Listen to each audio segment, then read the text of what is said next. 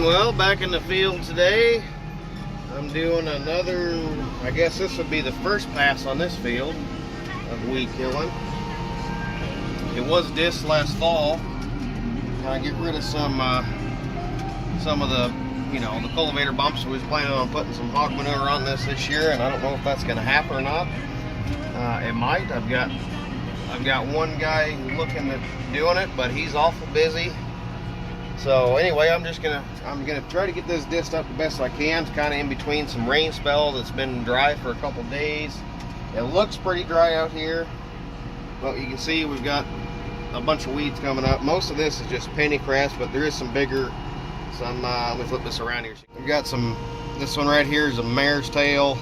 There's over here a giant ragweed and so on. We've got some bigger weeds that are coming through that we just need to get slowed down or killed or whatever. So we're just gonna hit them with the old John Deere disc. We've got the comedian down on that other farm that we broke out a CRP. He's discing that up today, trying to get it chopped up into some smaller pieces. And hopefully in another day or two, if it's not raining, hopefully we can go back down in a couple days and get it worked up and planted, because it's pretty much ready other than get everything chewed down. Again, we're running the new engine tractor, and I'm in a little lower gear. Or a little higher gear rather, and just playing with it.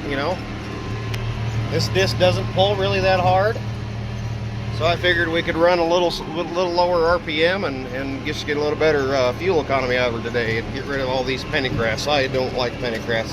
They're kind of a very early maturing plant. They don't last very long, but they just don't look good, and I don't like them.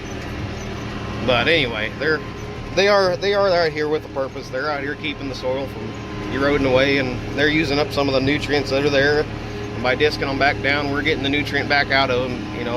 Not terribly quick, but quick enough. They're holding the ground, holding the soil, holding the nutrients. They're doing a good job of that. So looks like they got a critter or two in the pond, maybe a turtle or something, the way the water's moving.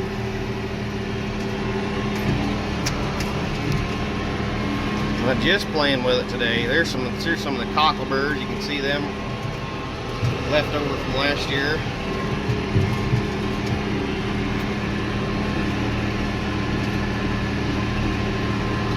Not a terrible lot of weeds out here in most of the field, but the green tint to it is foxtail coming along, so we want to get that slowed down or stopped. Or we got bigger plants there. Those are pennycress again.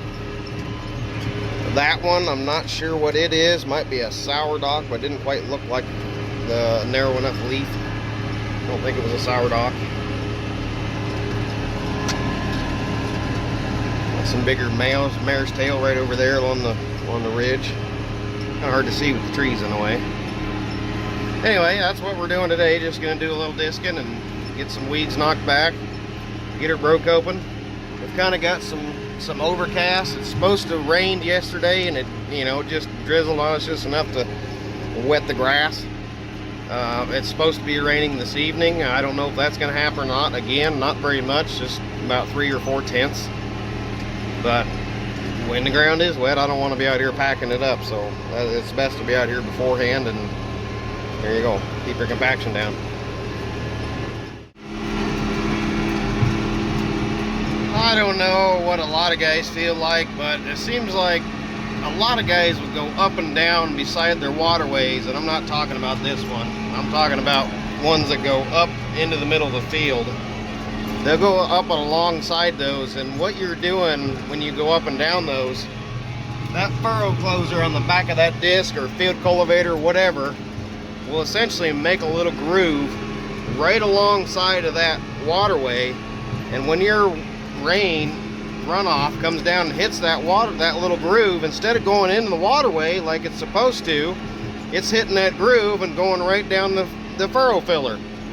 That's not good, guys. It completely defeats the purpose of having a waterway. A lot of times when I've got waterways like this one, see, the water's coming down this hill and running right towards me. It's not even going to the waterway, really. Mostly this one is for catching stuff up here. But what I would do, instead of going right along those and just touching the edge of them, if I'm running a disc or something, I will reach out into that waterway, and hopefully with the backside of that gang, I did it quite a bit with that big disc too. That back guy, I'll run it out there ways into the waterway, leave the wing lifted just a skosh, you know, not really putting a lot of pressure on your wing lift cylinder, but just a little bit, so that you're dragging that dirt back out of that waterway. Or if you don't feel like doing that, feel like that's not a good idea, instead of going up and down your waterway like this and outlining it, when you're coming across your field, just lift up and go over the dang thing. Don't go down the side of it. This field has been row cultivated, and when we row cultivate, we drag right on out through the waterway just a little bit, you know, 4 or 5 feet, and then lift up. And same thing over there on the other side. We'll set down over here in the grass and drag into the field. That way we don't have those little furrow ridges going alongside the waterway, creating a bigger problem. If I remember to, I'll show you a really bad one on the way home. There's a waterway right in the kind of like the grader ditch, where the water comes through the grader ditch, and the guy obviously can't farm there. Goes down into the field, and he can't farm through the, you know, the big ditch going through the middle of the field there. But he's made so many passes alongside that thing that he's now got another ditch beside his waterway. So, like, pretend this was it, and if I remember to, I'll show you. But pretend this is your waterway. He's been going up and down the sides of it for so long, and he's now got a big dip right there alongside the waterway. So the water comes down the field over here, hits that little hole where he's disking. It doesn't even go in the waterway. The waterway's built up high enough, and the erosion from over here where he's been disking, the waterway's pointless. He might as well just rip the damn thing out, or take a scraper and a dozer in there, pull all the dang dirt out. It ain't doing its job. Anyway, it's my little rant for the day. That just irritates me. People they just don't understand how to make shit work properly. Now, this is a very broad waterway right here. This baby's probably 40 feet wide anyway, and it widens down here. It's got a bit of a little terrace there. I don't know if it's really a terrace, but it definitely slows the water down. But this is what I'm talking about. See, I'm driving just right, basically a foot away from the edge of that grass, and my wing back there is pulling the edge of the field back, or the grassway back into the field.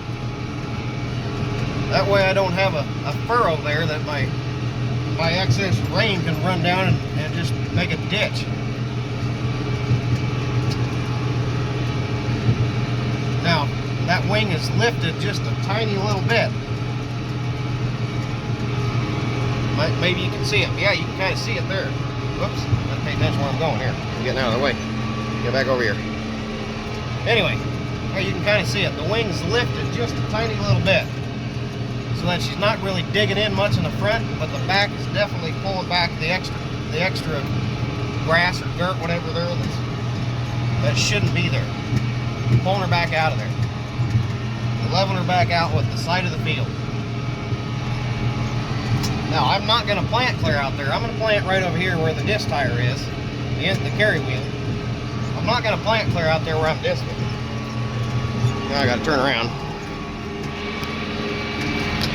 I don't like turning around at all with the disc much on the ground. It's just too hard on the tongue and blades and everything. Now, this is obviously not a problem over here, so we're going to back away from it a little bit. I don't need to be pulling all that in here. But even so, she's still pulling just a little bit. Let me get a little farther away.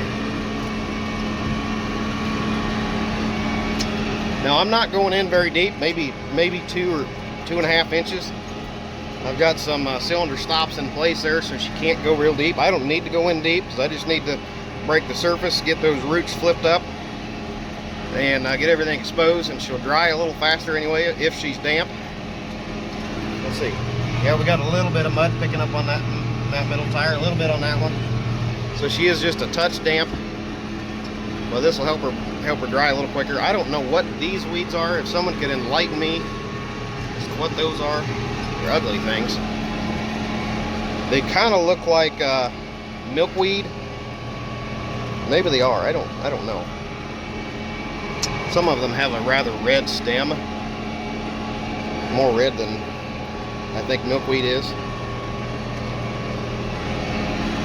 Anyway, rant over. Okay. Just thought of something else I should mention. A lot of guys don't realize there is a leveling device on these discs. And it's not just because one tractor might have a higher up hitch than the other one, it's because you need to set it. My father-in-law, bless his heart, did not know how to adjust a disc to get it to basically to run level in the field. You know, you can set your disc so that, looking at it sideways, so that your disc is either digging like this going through the field or like this. And if you are discing for, you know, a couple years and notice you're starting to get some waves going through your field, you've got your disc set wrong. My father-in-law was raised by a farmer, grew up as a farmer. His dad always set the equipment and, you know, put him in the tractor and away he went. He did not know until he started farming by himself long after his dad passed that he had his disc set improper. What was happening was he did not know that, you know, he had the tongue, basically the tongue of the front end of the disc too low in the ground, so the back gangs on the disc, the back ones, were not pulling the dirt back far enough to the center. The front blades were throwing way too much dirt out. The back ones were not pulling near enough dirt back in. And that little screw crank right there in the middle, that guy, is how you adjust that.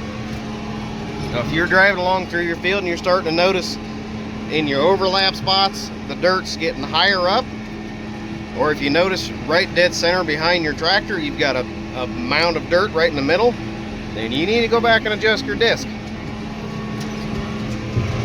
They should, not all situations are quite the same, but they should pretty much, the back gang should touch the ground just a skosh before the front does. When you set your disc down running in the field, the back gang should touch either right at or just ahead, just sooner than the front gang. Now this particular disc is the one my father-in-law did not have set up properly. He was pulling it with that bigger tractor, that 9150, and I've got quite a bit of overlap here now, my goodness. Anyway, he started putting spacers under the drawbar trying to get it to raise up, get it to quit getting that rigid. Well, I finally one day I said, why don't we just adjust that, you know, that crank in the middle? Well, it's stuck, I can't get it. I said, well, god dang it, why don't we just, you know, why don't we fix it? Instead of half-assing it and just trying to get by, why don't we fix it, do it right?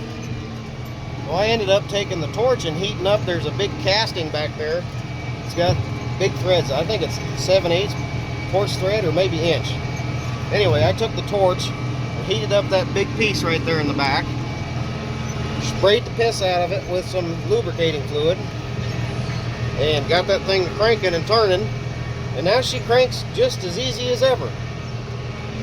Now, we don't usually pull this littler disc, now that we got the big one, especially with that big 9150, but when we do, we have to adjust that tongue and make sure she's set proper. Otherwise, we'll be ridging again. He had some fields that were so terribly ridged, like I was saying with the waterways, they had some big washouts right on the sides of it. And he was doing like food plot stuff, helping a neighbor out, and he'd been doing them for years, and they weren't very wide, so obviously he's running the same path every time, down, you know, same path. And man, he had like a foot of dirt raised up on each, you know, in each spot where the wing would throw it up. Big valley in the middle, big spot in the middle, and then a big valley again, another big spot over in the grass edge. Like, man, we can't do that. That's one of the most annoying things I ever have is a wavy field. Now I'll try to show you here as I turn around. Now see here, I'm leaving a spot, so I'm not compacting it, driving on the headlands.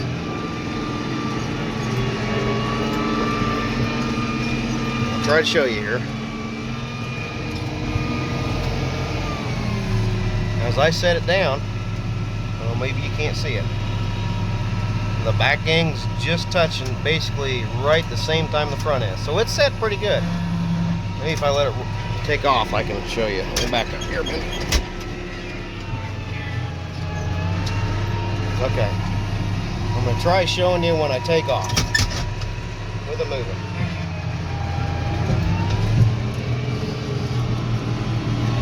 I'll pause the video and rewind it just a minute there. You might be able to see it. Just their dirt throws up at the same time, front and back, pretty much.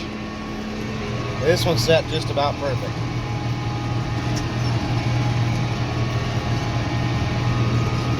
We got quite a bit of dust now. She's definitely drier than it was 45 minutes ago. I haven't got too much done since we started here. We've only been going about an hour. But that's, you know, what I was describing earlier, going down and back. I did 2 passes around the outsides of this field, which isn't going to hurt anything, but I will go down the center of that field now, just like I am with this one, going down the center of the field. And when I get to the end, I lift up at least 1 whole disc width, usually a disc and a half, because I like a little more room to turn around. But anyway, leave about 1.5 to 2 swaths on the edge, so I'm not compacting that stuff that I've already got disced up. That stuff is nice and powdery, and it's just a little damp. And if you drive on it right now, you just, you know, pack it right back down. So no sense in that.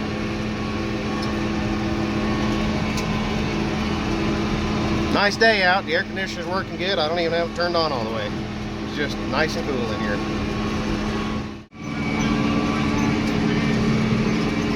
There we go. Lift up and go through them. Don't outline them.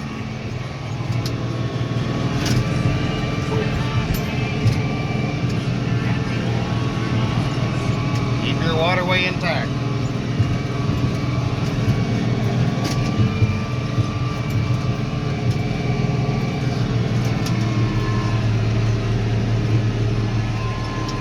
Now this one's going to be a little bit harder because I'm only halfway through it.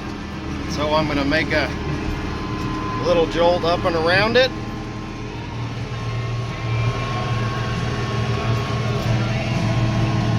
Come back down on the other side and I'm right back in my swath. There we go. Almost done here. Got about 4 more passes over and then probably 2 passes back around. Most of it I got in 1 pass. I got pretty close up here in my end rows, pretty close. But I know I've got a 2 pass over there going down that finger. So, almost done. Well, that was nice and fast. That field didn't take too long, but anyway, we're done. I forgot, I drove right past that waterway I was going to show you on the side of the road, and I spaced off and forgot it. Anyway, stay tuned for upcoming videos. We're going to go down here a little bit and see how DJ's getting along. But anyway, yeah, we're getting close.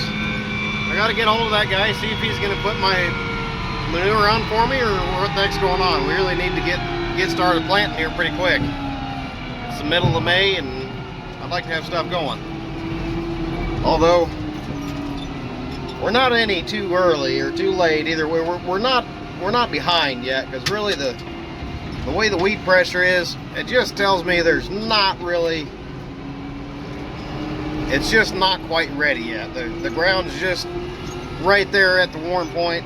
We're still getting some cold evenings yet. I mean, it's not freezing by any means, but we're getting some 40-degree nights. I think this coming week, supposed to be, you know, up in the 60s over the evenings. So we're definitely getting there, but it just really is not quite perfect planting weather yet. So doesn't matter what the calendar says, the soil's got to be the judging factor. So anyway, stay tuned, guys. We got more stuff coming up soon. Catch you later.